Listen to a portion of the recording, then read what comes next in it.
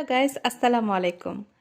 আসন্ন নির্বাচন উপলক্ষে আমি মজাদার একটা কেক বানালাম। সো এখন এটা আমার হাজব্যান্ড ট্রাই করবে এবং ওর মনের অনুভূতিটা ব্যক্ত করবে। আগামীকাল নির্বাচন হিসাবে তোমার অনুভূতিটা একটু ব্যক্ত করো। নির্বাচন দেশের জন্য, জনতার জন্য, জনগণের জন্য। আমরা চাই সুখ, আমরা চাই শান্তি। নির্বাচনে বিএনপি, এনসিপি, জামাত, আলহামদুলিল্লাহ যে দলে আসুক না কেন আমরা তাতেই খুশি। দেশ আমাদের সুশীল, সুন্দর ও স্বাধীন একটা রাষ্ট্র আমরা গঠন করতে চাই। এটা আমার মনের বড় একটা চাওয়া। আলহামদুলিল্লাহ তুমি কেক বানিয়েছো, আমরা নির্বাচন উপলক্ষে কেক খাবো।